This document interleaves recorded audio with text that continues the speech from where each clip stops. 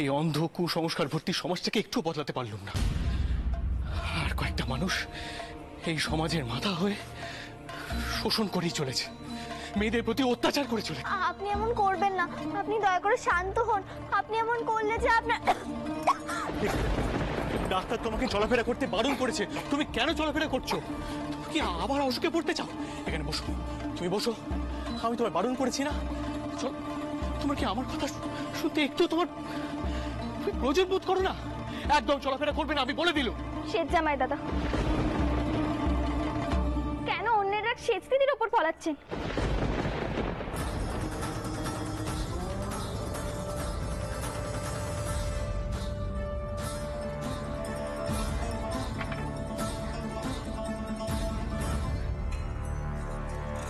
সেচ দিদির এতে কি দোষ কন্ত? নিচে যা ঘটছে তার জন্য কি সেচ দিদি দায়, নাকি সেচ দিদি কিছু করতে পারে? তুমি ঠিক কথা বলেছো ছোটশালী, একদম ঠিক কথা বলেছো। তোমার দিদির কোনো দোষ নেই, আমার ভুল হয়ে গেছে, করো না।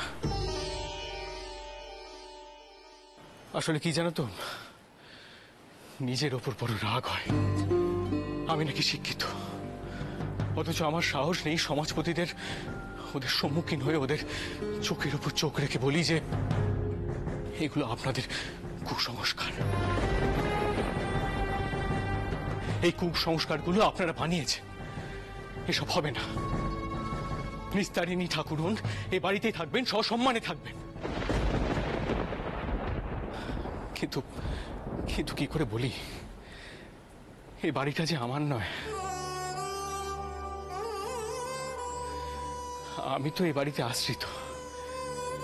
এক আশ্রিত হয়ে আরেক আশ্রিতকে বলবো এই বাড়িতে থাকতে, গলা ফাটাবো? লোকে কি বলবে?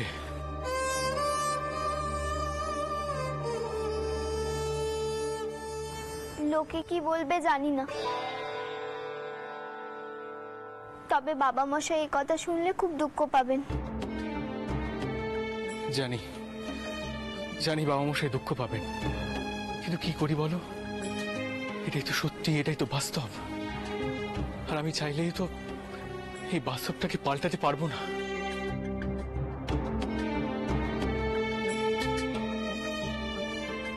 কিন্তু শুধু একজনকে রক্ষে করলেই তো বাস্তবকে পাল্টানো যায়নি শেঠ জামাই দাদা। এর আগেও তো মা আর বাবা মশাই কতবার এমন সমাজের ত্যাগ করা মেয়ে মানুষদের আশ্রয় দিয়েছে, কই সমাজ তো তাতে একটুও পাল্টায়নি। ঠিক কথা বলেছো তুমি জগদম্বা, একদম ঠিক বলেছো।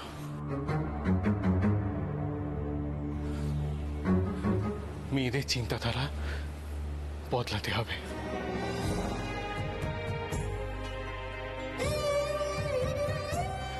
তাদের শিক্ষিত হতে হবে, তাদের জানতে হবে পৃথিবীটাকে,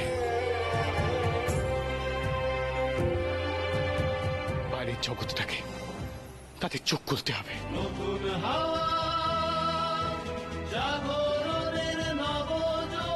যতদিন না সেটা হচ্ছে ততদিন কিচ্ছু বদলাবে না, কিচ্ছু না।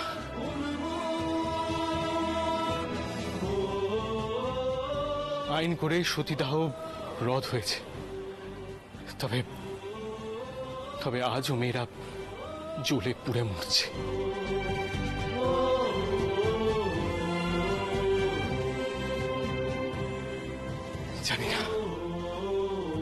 জানি না এই কবে শেষ হবে, জানি না। দেখুন বাচস্পতি মশাই, আপনি খুব ভালো করে জানেন যে আমি আমার আশ্রিতদের কোনো ক্ষতি মেনে নেই না, বিশেষ করে মেয়েদের তো নাই। এর আগে বহুবার আপনার সঙ্গে আমার মত পার্থক্য হয়েছে, কিন্তু আজ আমি আপনাকে অনুরোধ করছি, আপনি দয়া করে বিচার বিবেচনা করে এমন কোনো বিধান দিন যাতে নিস্তারিণী মা অল্প কোনো প্রায়শ্চিত্ত করে এর থেকে মুক্তি পায়। দেখুন দাসমশাই, আমি ইচ্ছাকৃতভাবে এই কচি বিধবা মেয়েটিকে মেরে ফেলার জন্য এখানে আসিনি।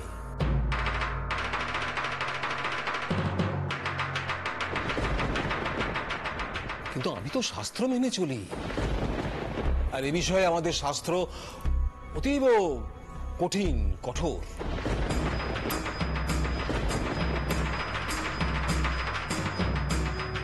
যদি আমার কথা বিশ্বাস না হয় চক্রবর্তী ঠাকুরকে জিজ্ঞেস করে দেখুন।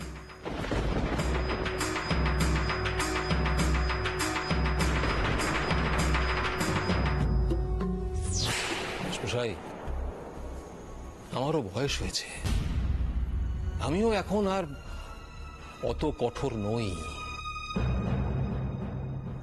কিন্তু এই বিষয়ে আমার হাত পা বাঁধা।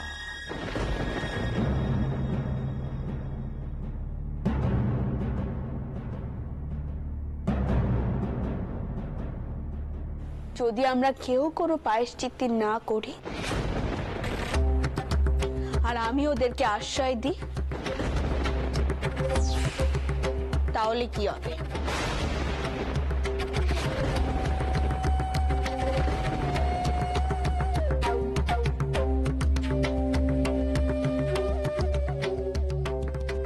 জি মা, অমন কথা বলো না।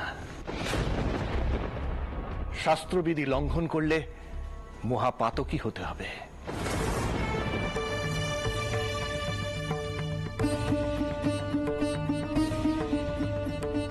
সদ্য করুণাময়ের অমন একটা রোগের আশঙ্কা থেকে মুক্ত হয়েছ। পদ্ম প্রথমবার মা হতে চলেছে। এসবের মধ্যে কি এমন অনাচার হওয়া উচিত?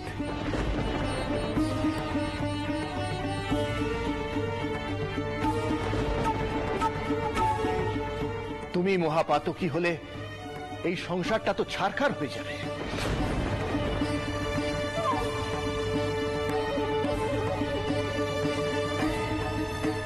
তুমি কি তাই চাও মা? এমনকি যাদের জন্য তুমি এ কথা বলছো তারাও তা চাইবে না।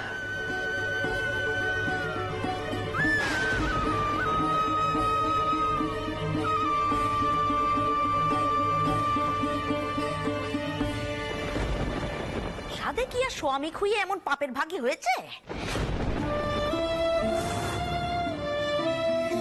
কিছু মনে করো না, কেমন চুপটি করে বসে আছে দেখো।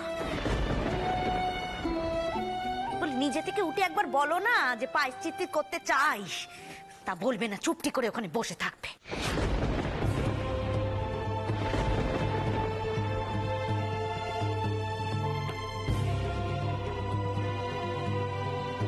যাদের বাড়িতে আশ্রয় নিয়েছে তাদেরই খেতে চাইছে।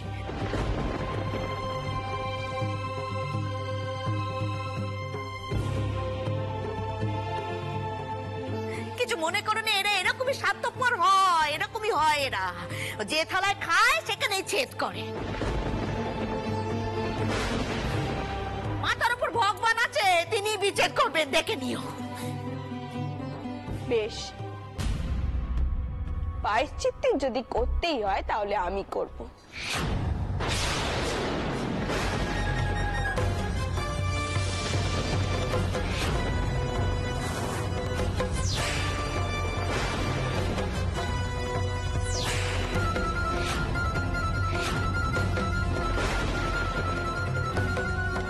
আমি ওদেরকে আশ্রয় দিতে চাইছি। অগ্নিশোধন যদি করতে হয় তাহলে পেট্টমে আমি করব, তারপর ওই বাউন বউ করবে।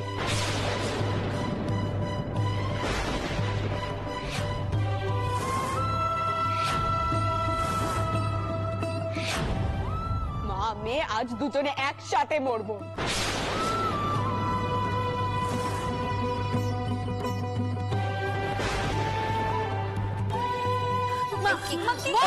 মা শোনো, এরকম করো না।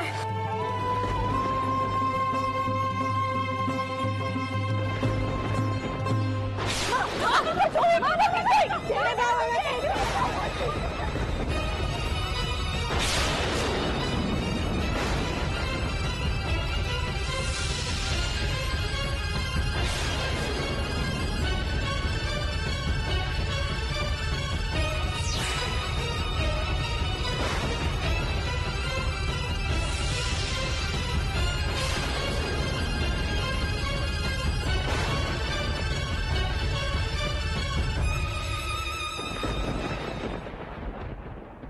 কিছু মনে করো না। মাথাটা এমন গরম হয়ে গেছিল যে কতগুলো অপ্রিয় কথা বলে ফেলেছি। আসলে কি জানো তো, আমাদের সমাজে না ঘুম ধরে গেছে।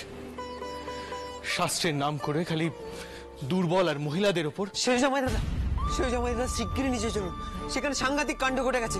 বড় মা প্রচন্ড রেগে গেছে, তাকে সামলানো যাচ্ছে না। সে কি? চলো চলো। সেচ দিদি, তুমি ঘরেই থাকো, আমি দেখে আসছি।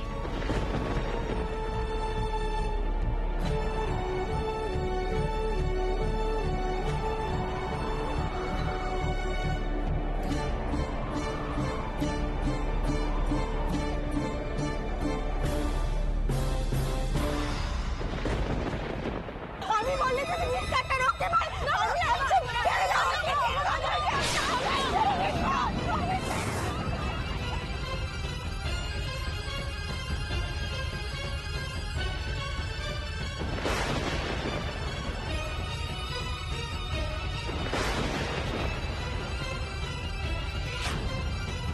অগ্নিশুদ্ধি, এছাড়া আর অন্য কোনো বিধান দেখছি না।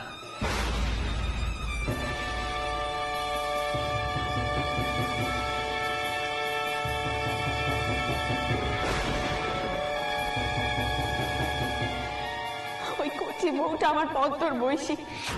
টাউন না করুন, আমার পদ্মের সাথে যদি এমন হতো তাহলে কি আমরা সবাই এমন করে চুপ করে থাকতে পারতাম না?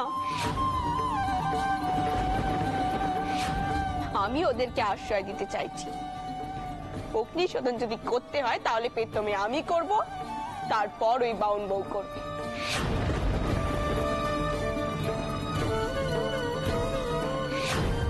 মা মেয়ে আজ দুজনে একসাথে মরবো।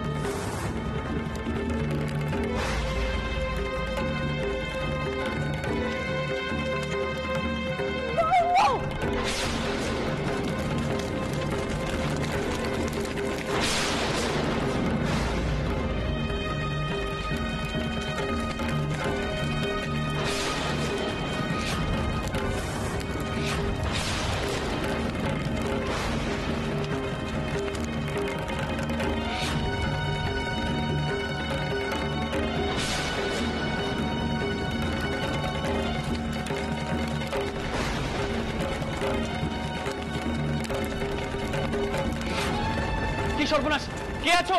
তাড়াতাড়ি জল নিয়ে এসো।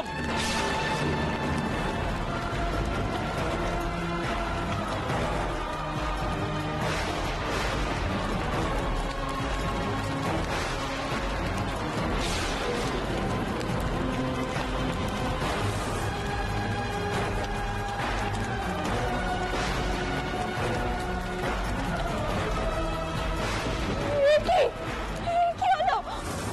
আরে তুমি কি সব করে চলো?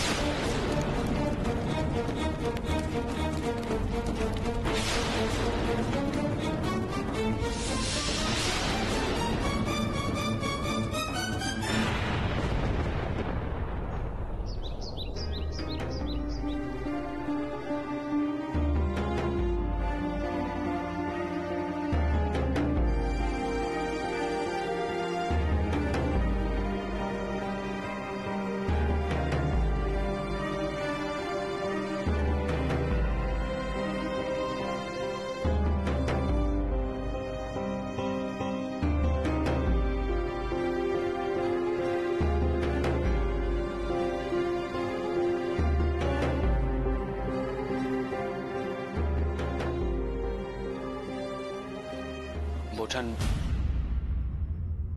রানী এখন কেমন আছে কি বুঝছেন? বড় আঘাত পেয়েছে ঠাকুরপো।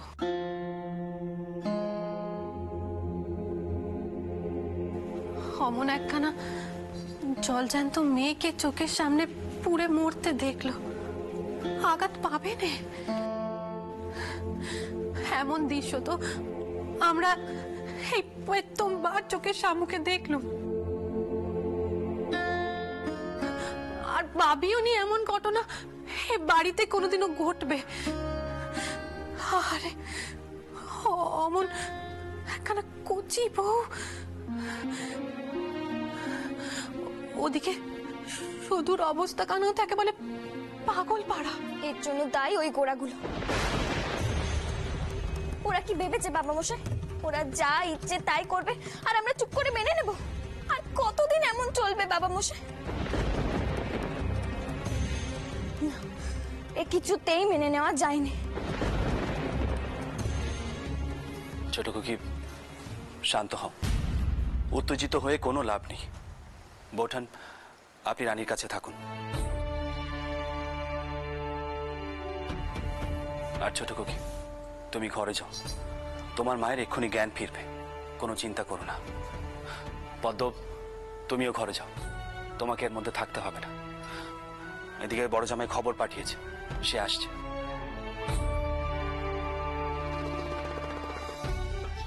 বাবা মশাই, মায়েরা কোনো জ্ঞান ফিরছে না কেন? কবরেজ মশাই যে বলে গেলেন তাড়াতাড়ি সার ফিরে আসবে, তাহলে এখনো পদ্ম, কেন? তোমার মা এই ঘটনায় মনে বড় আঘাত পেয়েছেন, কোনো চিন্তা করো না, একটু সময় দাও, সব ঠিক হয়ে যাবে। নিস্তারিণী কেন যে নিজের গায়ে দুম করে আগুন লাগিয়ে বসলো, কথাবার্তা তো চলছিল, রানীও উত্তেজিত হয়ে পড়ল। গুরুদেব কি চলে গেছেন ঠাকুরপো? একখানা শান্তি সস্তান করার কথা কইছিলেন যে। বোঠান, আমি এখন এসব নিয়ে ভাবতে পারছি না, আগে রানী সুস্থ হোক, আমি আর কিছু চাই না।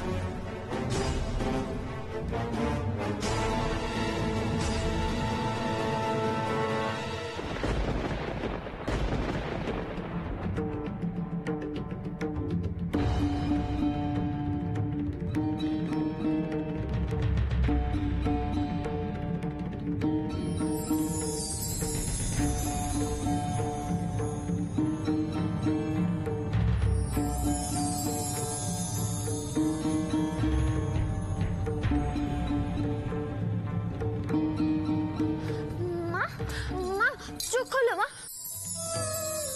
মা চোখ খোলো মা। ও বউ,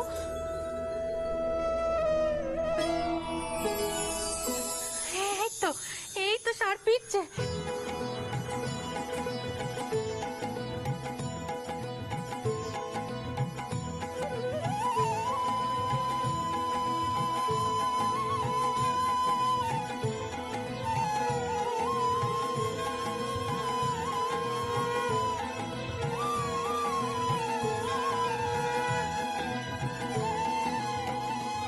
ও বউ, বউ তোর শরীর এখন ঠিক আছে তো বউ?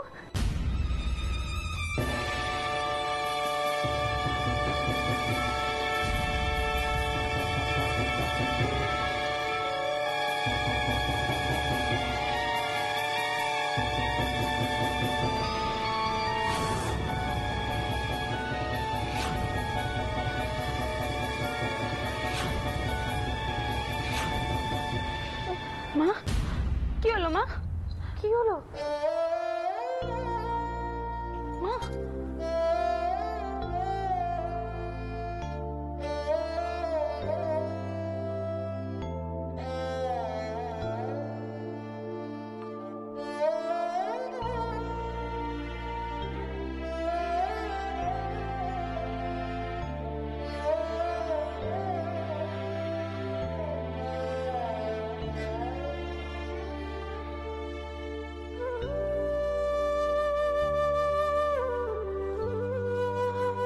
তোমরা সকলে এখানে আছো?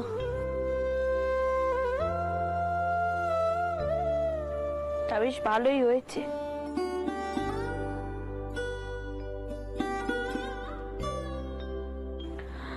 আমি ঠিক করেছি নিস্তারের মৃত্যু আমি মুখ বুঝে মেনে নেব নে।